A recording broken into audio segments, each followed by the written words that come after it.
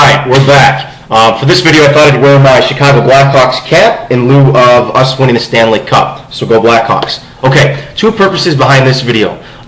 We're going to talk about academic integrity, but before we do so, we're going to compare and contrast the three types of assessments you'll take. 1, quizzes, 2, unit tests, and 3, the final exam. So let's go ahead and get started. First, quizzes. Let's talk about passing score.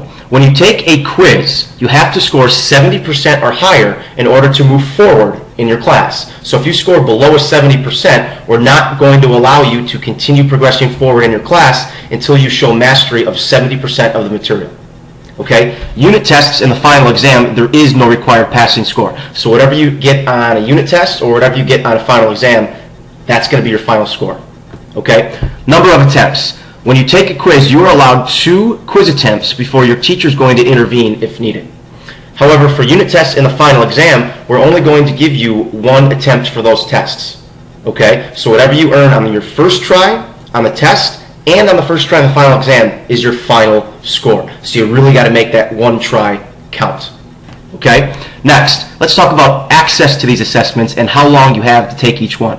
When you take a quiz, you are allowed, in fact, we encourage you to take quizzes both on and off campus.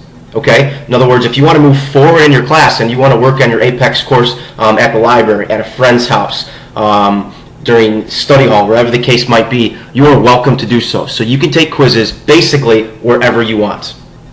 Now, unit tests in the final exam, you're only allowed to take these during your specific class period. So if you have credit recovery during period 4-5, you can only take the unit test in the final exam during period 4-5 with your facilitator. Okay? Now, for unit tests, you're only going to be given 1 class period to complete them. So that'll be either 47 minutes or 55 minutes if you have a lunch period. And the final exam, you're only going to be given 2 class periods, or in other words, 90 minutes. Okay? Now, notes allowed. When you take a quiz, you are allowed to use any notes you use. The Cornell notes, the extra graphic organizers, your packets if you're in English or math. So that's a large incentive for you guys to take really good notes.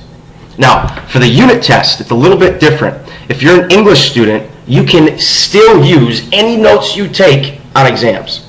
Okay? English students are going to be required to take 2 tests, a written and a computer. So because of that, we're going to allow you to use more notes. Okay? Now, all other students that aren't enrolled in an English test are only going to be allowed to use the written test as review. Here's how this works. If you're a student not in English and you're ready to take the end of the unit multiple choice test, what we're first going to do is we're going to print out the written test. And you're going to do the written test, but it's not going to be for a grade. You're going to do it as a review in preparation for the computer test. Okay? And then you can use your responses on the written review as your notes guide for the actual multiple choice test. Okay?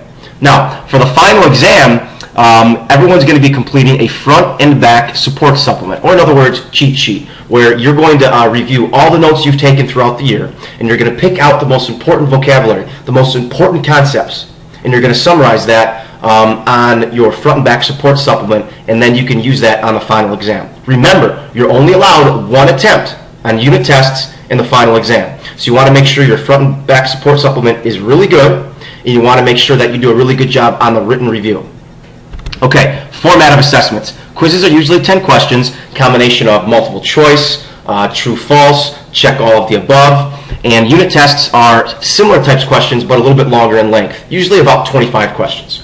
Now, the final exam, everyone's going to take 2 parts to the final exam. 1, the computer test, which is usually going to be about 25 questions, and then a written test, kind of like an essay, just like you would in a traditional class. Now, some special situations do apply. Let's talk about those. I already previously mentioned, if you're enrolled in English, you're going to take 2 tests, the multiple choice and a written. Okay? But for final exams, everybody's going to take a written test, and everybody's going to take a multiple choice test, with the exception of students enrolled in math and students enrolled in global studies. There is no written exam for that. Okay? Now, math students. A little bit more of a special situation for you. You will not be taking a Apex final exam. If you're enrolled in Algebra 1, Geometry, or Algebra 2, when you're ready to take the final exam, we're going to give you a review guide, and then you're going to take the traditional final exam that you would have taken if you were enrolled in the traditional math class. Okay, so again, math students, you're not taking the Apex final. You're going to take the traditional final that you would have taken if you were enrolled in our traditional Algebra 1, Geometry, or Algebra 2 class. Okay, let's talk a little bit about academic integrity. Okay, we're not allowed to use Wikipedia. If you want to use it for research, okay, you don't understand something, you want to use it as a supplement, that's fine. But you're not allowed to use the internet to locate answers while taking a quiz, a unit test, or the final exam. That goes the same for sites like ask.com or even sites like yahoo.com. Okay? So yahoo.com, ask.com, Wikipedia, or any other internet resource is not allowed while you take assessments. Okay? The easiest way I can tell you is remember the front page of the newspaper test. If you're not sure the action that you're about to perform is okay to do, remember this test. Would you be comfortable if everyone read about the action you took while seeing your picture next to the story discussing this action? Think about that. Let's say you decided to cheat your whole way through the final exam.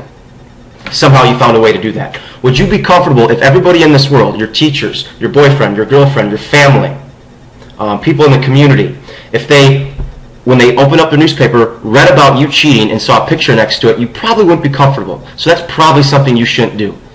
Okay? So remember the front page of the newspaper test. Okay? But again, bottom line, you can't use electronic resources to locate answers while taking assessments.